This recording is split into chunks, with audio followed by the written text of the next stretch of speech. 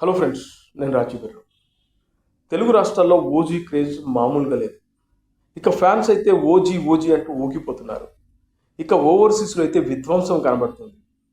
కెనడాలో ఇప్పటివరకు 17,000 టికెట్లు అమ్ముడుపోతే అమెరికాలో 70,000 టికెట్లు అమ్ముడుపోయాయి.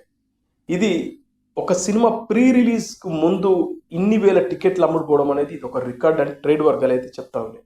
ఇక ఇప్పటి వరకు ఈ సినిమాకు సంబంధించినటువంటి ప్రమోషన్స్ అయితే స్టార్ట్ అవ్వలేదు. అయినా కూడా ఈ సినిమాకు మామూలు బజ్ లేదు. కోట్ల రూపాయలు ఖర్చు పెట్టి ప్రమోషన్ చేస్తే కానీ ఆ సినిమాకు బజ్ రాదు. అదేంటో విచిత్రంగా ఇప్పటి వరకు ఒక ప్రెస్ మీట్ కూడా పెట్టలేదు, ఆఖరికి ఒక ఇంటర్వ్యూ కూడా లేదు. అయినా కూడా ఈ ఓజీ సినిమాకు ఇంత క్రేజ్ ఏంట్రా బాబు అని చెప్పి ట్రేడ్ వర్గాలే ఆశ్చర్యపోతూ ఉన్నాయి.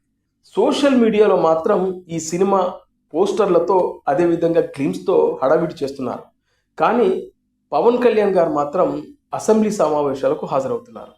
ఇక పవన్ కళ్యాణ్ గారు వస్తే ఈ సినిమా సంబంధించినటువంటి బజ్ నెక్స్ట్ లెవెల్కు వెళ్ళిపోతుంది. కానీ పవన్ కళ్యాణ్ గారు వచ్చే అవకాశం లేదు. మరి ఎలా, ఈ సినిమా ప్రమోషన్స్ ఎట్లా అనేదే ఇక్కడ ఫ్యాన్స్ అయితే తెగ బెంగ పెట్టుకుంటున్నారు. ఇక రీసెంట్గా రిలీజ్ అయినటువంటి హరిహర వీరమల్లు సినిమాకి పవన్ కళ్యాణ్ గారు పని కట్టుకొని ప్రమోషన్ చేశారు. పవన్ కళ్యాణ్ గారి సినీ కెరియర్ మొత్తం చూస్తే అన్ని ఇంటర్వ్యూలు, అన్ని ప్రెస్ మీట్లకు హాజరవడం అనేది అదే మొదటిసారి. కంటెంట్ ఉన్నోడికి కటౌటే చాలు అన్నట్లు హరీష్ శంకర్ చెప్పిన డైలాగ్ ఇక్కడ రిపీట్ అవుతున్నట్లు కనబడుతుంది. ఎందుకంటే ఓజీ సినిమా సెన్సార్ రిపోర్ట్ రాకముందు నుంచే ఈ సినిమాపై ఒక భయంకరమైన బజ్ ఉంది. ఈ సినిమా ఖచ్చితంగా హిట్ కొడతారనే నమ్మకం 100% ఇండస్ట్రీలోనే ఉంది. అందుకే ఇండస్ట్రీకి సంబంధించినటువంటి హీరోలే ఈ సినిమాకి సంబంధించినటువంటి ట్వీట్లు వేస్తున్నారు. రీసెంట్గా చూస్తే డీజే టిల్లు హీరో సిద్ధు కూడా ఒక ట్వీట్ వేశాడు. ఓజీ సెప్టెంబర్ 25 నాడు రిలీజ్ కాబోతుంది, అప్పటిదాకా ఉంటామా పోతామా అంటూ. ఎందుకంటే ఆ బజ్ తట్టుకోలేకపోతున్నాం, సినిమా ఎప్పుడు వస్తుందని వెయిట్ చేయలేక చచ్చిపోతున్నాం అన్న విధంగా ఆయన ఒక ట్వీట్ వేశాడు. ఇక సెన్సార్ రిపోర్ట్ ఏమో పాజిటివ్గా వచ్చింది, ఈ సినిమా దుమ్ము రేపడం ఖాయమనే విధంగా మాట్లాడుతూ ఉన్నారు.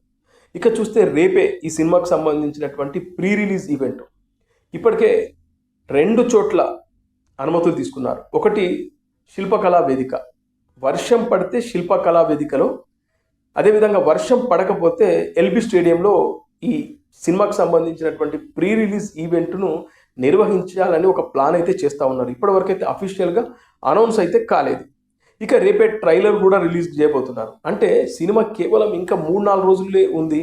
ఇలాంటి సమయంలో ఇంకా ప్రమోషన్స్ లేవేంటి అని చెప్పేసి ఫ్యాన్స్ అయితే తెగ బాధపడుతున్నారు. కానీ పవన్ సినిమాలకు ప్రమోషన్ ఏంటాయా బాబు, అసలు సినిమా రావడమే పెద్ద ప్రమోషన్ అనేది చాలామంది మాట్లాడుతున్నమాట.